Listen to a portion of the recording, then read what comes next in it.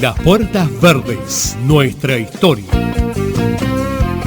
En el programa anterior dejamos en una helada noche del invierno de 1767, cuando los soldados del rey de España sacaron de su descanso a los sacerdotes jesuitas de la estancia de Calamuchita y los empujaron de mala manera hacia el exilio, un exilio ordenado por el rey de España, Carlos III, que por supuesto era nuestro rey. Estamos situados en la época colonial tardía, pero colonial al fin. La estancia de San Ignacio de ejercicios espirituales tenía su casco central en el valle de Calamuchita. Comprendía una enormidad de leguas de la provincia. Llegaba hasta las tierras del río Cuarto, con sus puestos más australes, acabo de mencionarlos. Estos puestos, estos puntos, señalaban el límite de la estancia y, bueno, por lo tanto, de la propiedad, ¿no? Sí, imaginen ustedes desde el valle de Calamuchita, Santa Rosa actual, hasta Carnerillo, por mencionar solo, bueno, una posible línea recta. ¿Por qué decimos que esa estancia, la última de las 6 jesuitas que se construyó en Córdoba, fue una cenicienta? Bueno, cuando la Junta de Temporalidades entra a las estancias, ya habían echado a quienes las habían construido y las mantenían. Cuando entran los enviados del rey a las estancias de todo el territorio indiano, hacen un inventario de lo que había, que era mucho, que estaba siendo reclamado por la corona de España. En el caso de San Ignacio, después, esas tierras fueron puestas a la venta por el virrey Vértiz. Casualmente, entre comillas, las compraron funcionarios de la corona.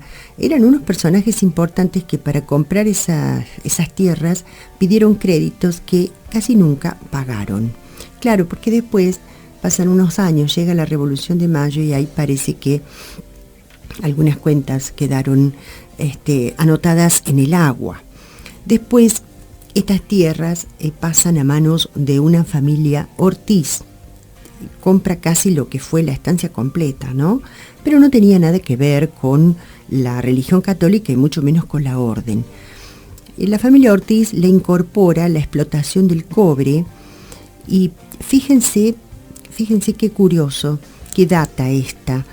Ese casco alberga en 1807 y un poquito más adelante, ese casco de estancia en Calamuchita alberga a un grupo bastante numeroso de prisioneros ingleses que quedaron después de las invasiones en 1807. Una situación idéntica, claro, a la que se vivió acá en La Carlota, cuando llegaron más de 50 ingleses prisioneros de guerra, y algunos estuvieron varios años y algunos directamente se quedaron. Bueno, también hubo un grupo en el casco de estancia jesuita en Calamuchita. Ya el casco de esa estancia, que llegaba hasta nuestras tierras, insisto, por eso hablamos de ella en Las Puertas Verdes, ya el casco venía entonces con una historia, digamos, poderosa, ¿no? Nada de eso.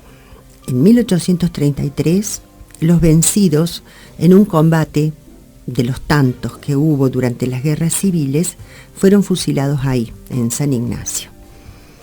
Años después, la estancia pasa de manos de la familia Ortiz a manos de la familia Verde.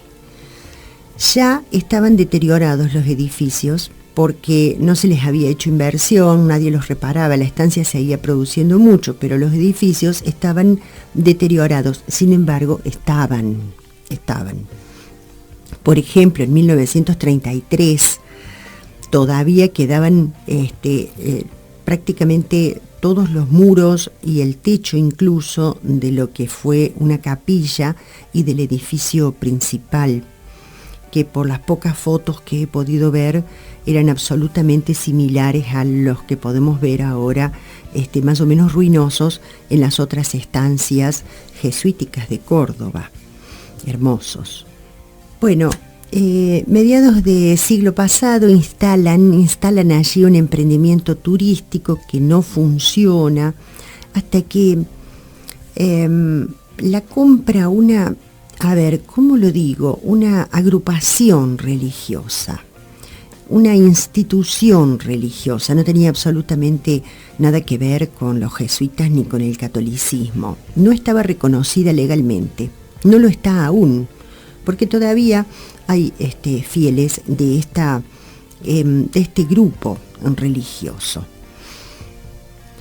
Esta agrupación estaba fue creada acá en la Argentina por Santiago Bovicio. Era un italiano de la zona del Véneto. En su país había pertenecido a una secta esotérico medieval especializada, dicen, en ascética mística. Bueno, llega muy joven a Argentina y funda en Buenos Aires, pero después se viene para Córdoba, funda los Caballeros del Fuego. Los caballeros, en este caso eran los Caballeros Americanos del Fuego, pero también después se fueron armando, por ejemplo, los caballeros del Fuego estadounidenses. Pero él funda en Río Cuarto este grupo que se llama los Caballeros Americanos del Fuego. Era una agrupación espiritual, decía su propio fundador. En 1960, Bovicio compra San Ignacio, lo que había sido el casco de esta estancia, y la agrupación, por decirlo de alguna manera, se instala allí. Allí tienen su centro. Inclusive fundan un colegio en Embalse, que ya no está, un colegio llamado Leo Bovicio. Y son los responsables de este grupo los que cierran el acceso a las ruinas, a los edificios que quedaban. Hasta ese entonces se podían visitar. Este grupo de Bovicio, de los Caballeros del Fuego, cierra el acceso. No era poco lo que quedaba en aquel momento, dicen los arqueólogos, y hubieran podido reconstruirse o al menos preservar. Esto lo dice muy claramente Daniel Schavelson, un arqueólogo sumamente conocido que ha estado en Córdoba, ha estado en todo el país, ¿no?, siguiendo este tipo de casos. Por eso decimos que esta estancia es la Cenicienta, porque en este momento no queda prácticamente nada, pero pudo haber quedado.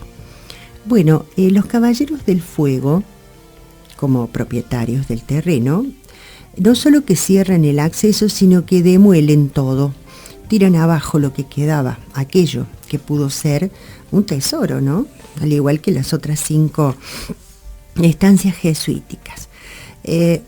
Un último dato: Santiago Bovicio, el fundador, como les decía, de los Caballeros del Fuego, muere en Río Cuarto, muere en el año 1962. Y como esta historia me pareció impresionante, es que la cuento aquí para compartir con ustedes, pero ahora volvemos a estas tierras del sur y hablamos un poco en lo que resta del programa de lo que fue el puesto de Carnerillo.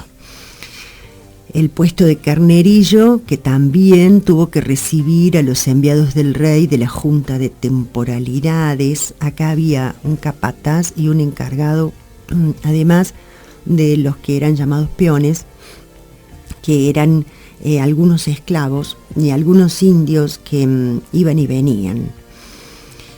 ¿Qué encontraron acá los requisadores, digamos, los inspectores del rey de España? Una vez que los sacerdotes habían sido presos y obligados a dejar estas tierras con una mano atrás y otra adelante. Hay un documento que dice que el capataz, seguramente criollo, se llamaba Juan Francisco Molina, el que estaba a cargo del puesto, y que lo mandan, el soldado, el enviado del rey, lo manda al capataz y a un ayudante a los campos para recoger la hacienda. Cosa que hacen, la cuentan, y aparece que había 1.851 yeguas con sus padrillos correspondientes. Una buena cantidad, 1.800 yeguas, 1.850, 117 potros, 140 mulas, 200 caballos y unos cuantos animales más. Realmente una buena cantidad, porque el puesto rendía. El puesto, toda la estancia en general, rendía. Y estos puestos tan alejados, imagínense lo que puede haber sido Tegua, Chucul, Santa Bárbara y Carnerillo. Sin embargo, estos puestos tan alejados eran muy, muy adecuados para criar animales. En realidad a los animales ni se los cuidaba ni hablar de mejorarlos, solamente los rejuntaban, solamente los contaban, los marcaban, y porque lo único que se aprovechaba en aquel momento era el cuero, las astas y el cebo. Claro, sí, sobre todo para hacer velas, porque todavía faltaban unos cuantos añitos para que llegara EPEC a Córdoba, ¿no es verdad? Bueno, también en estos puestos así tan alejados de la mano de Dios, pero sin embargo muy tenidos en cuenta desde lo que era el casco de la estancia y desde lo que era la dirección jesuítica, había unas pocas construcciones de adobe crudo que no han durado nada, que servían de vivienda a los encargados. Por supuesto que también, conociendo el paño, uno piensa que tiene que haber habido un oratorio, una capillita, un oratorio modesto, pero todo era muy pobre aquí, a diferencia de aquellas grandes obras en el norte de la provincia. Bueno, entonces ahí los vemos a los ignacianos de la estancia de San Ignacio en Córdoba formando fila a las 2 de la madrugada, sin saber qué pasaba, porque su expulsión había sido organizada en el mayor de los secretos, en el mayor de los silencios. Ahí los vemos intentando despedirse de los indios, de los negros, que habían sido hasta ese entonces, bueno, algo parecido a una gran familia. Luego sabemos que los jesuitas también son embarcados con el mayor de los sigilos en naves que surcaban el océano durante meses, que no podían pisar tierra en lugares controlados por el Estado Pontificio en Roma, que no tenían dónde llegar. Bueno, todo eso le sucedió a los jesuitas, que habían sido los creadores de colegios y de estancias maravillosas, entre ellas 6 en la provincia de Córdoba, y una de ellas, la de San Ignacio, de ejercicios espirituales, la Cenicienta, de la cual en este momento no ha quedado prácticamente nada.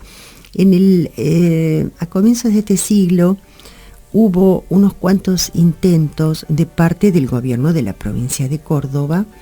Hubo algunos intentos para ver si se podía hacer algo, si se podía rescatar alguna cosa. Aparentemente esos intentos o han quedado frisados o los resultados en aquel momento fueron nulos. No se sabe casi más nada desde ese entonces, pero a lo mejor en un futuro podemos llegar a tener, aunque sea una módica novedad al respecto.